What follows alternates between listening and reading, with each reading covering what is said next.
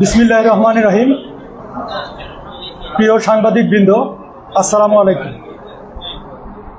গতকাল 20 ডিসেম্বর 2025 রাত আনুমানিক 9:40 ঘটিকায় চট্টগ্রাম মহানগরীর চাঁদগাঁও থানাধীন ফিনলে সাউথ সিটি সেন্টারের সামনে অভিযান চালিয়ে চট্টগ্রামের শীর্ষ সন্ত্রাসী ও মাদক সম্রাট চট্টগ্রামের চাঁদগাঁও সহ অন্যান্য থানার হত্যা চেষ্টা, ছিনতাই, মাদকসহ 42টি মামলার আসামি শহীদুল ইসলাম প্রকাশ বুশিয়া তাকে গ্রেফতার করে র্যাব 7 চট্টগ্রামের একটি আভিযানিক দল। গ্রেফতারকালে তার কাছ থেকে একটি বিদেশি পিস্তল, 9 রাউন্ড গুলিসহ একটি ম্যাগাজিন উদ্ধার করা হয়। আপনারা ইতিমধ্যেই অবগত আছেন যে গত 9 জুলাই 2025 তারিখে চট্টগ্রাম মহানগরীর চাঁদগাঁও থানাধীন খতিবের হাট এলাকায় অবৈধ আধিপত্য বিস্তারকে কেন্দ্র করে দুটি সন্ত্রাসী গ্রুপের মধ্যে প্রকাশ্যে গোলাগুলির ঘটনা ঘটে। এই দুটি গ্রুপ হচ্ছে একটি বুশিয়া বাহিনী আর একটি টেম্পু বাহিনী। টেম্পু বাহিনীর লিডার হচ্ছে ইসমাইল হোসেন টেম্পু, যে বর্তমানে বাংলাদেশ সেনাবাহিনী কর্তৃক গ্রেপ্তার হয়ে জেল হাজতে আছে। উক্ত গোলাগুলির ঘটনায় র্যাব 7 চট্টগ্রাম ও চট্টগ্রাম মেট্রোপলিটন পুলিশ যৌথ অভিযান পরিচালনা করে বিপুল পরিমাণ আগ্নেয়াস্ত্র, গোলাবারুদ, দেশীয় অস্ত্র, বিভিন্ন থানা থেকে লুট হওয়া অস্ত্রসহ 11 জনকে গ্রেপ্তার করতে সমর্থ হয়। এ সময় ঘটনাস্থল থেকে শহীদুল ইসলাম প্রকাশ বুশিয়া কৌশলে পালিয়ে যায়।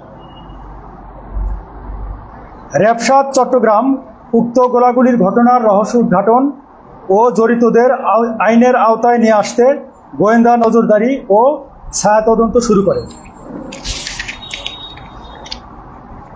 নজরদারির এক পর্যায়ে র্যাবে বিদ্যমান তথ্য প্রযুক্তির মাধ্যমে আমরা জানতে পারি যে বুশিয়া চাঁদগাঁওয়ে অবস্থিত ফিনলে সাউথ সিটি শপিং সেন্টারে মোটরসাইকেল যোগে আগমন করছে। তারই প্রেক্ষিতে র্যাব 7 এর একটি চৌকস আভিযানিক দল অভিযান পরিচালনা করে তাকে গ্রেফতার করতে সমর্থ হয়। পরবর্তীতে আমরা জানতে পারি যে সন্ত্রাসী শহীদুল ইসলাম বুশিয়া তার জন্মসূত্রে সে চট্টগ্রামের বাসিন্দা বা তার নিজ জেলা ভোলা। বর্তমানে সে 16 শহর এলাকায় বসবাস করে বলে জানা যায়। গ্রেফতারকৃত আসামিকে প্রাথমিক জিজ্ঞাসাবাদ ও অন্যান্য তথ্য থেকে জানা যায় যে সে চট্টগ্রাম মহানগরীর চাঁদগাঁও এবং পাঁচলাইশ এলাকার অস্ত্র ও মাদক ব্যবসা এবং কিশোর গ্যাং দ্বারা আধিপত্য বিস্তার করে চাঁদাবাজি করে থাকে। এছাড়াও বদ্দারহাট কাঁচা বাজার এলাকায় দিগন্ত টাওয়ারে তার একটি টর্চার সেল ছিল বলেও জানা যায়। তার আধিপত্য বিস্তারকে কেন্দ্র করে তার যদি কেউ অবাধ্য হতো অথবা কেউ চাঁদা দিতে অস্বীকার করত, তাহলে তাকে উক্ত টর্চার সেলে গ্রেপ্তার করা হতো বলে জানা যায়। কিন্তু গত 21 জুলাই 2025 সালে যৌথ বাহিনীর একটি অভিযানের মাধ্যমে তার সেই টর্চার সেলটি ঘুরিয়ে দেওয়া হয়। গ্রেপ্তারকৃত আসামির পরবর্তী আইনানুগ ব্যবস্থা গ্রহণের জন্য প্রক্রিয়াধীন আছে।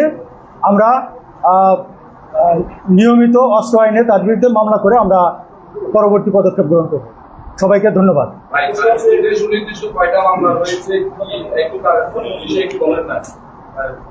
তার পিসিপিআর অনুযায়ী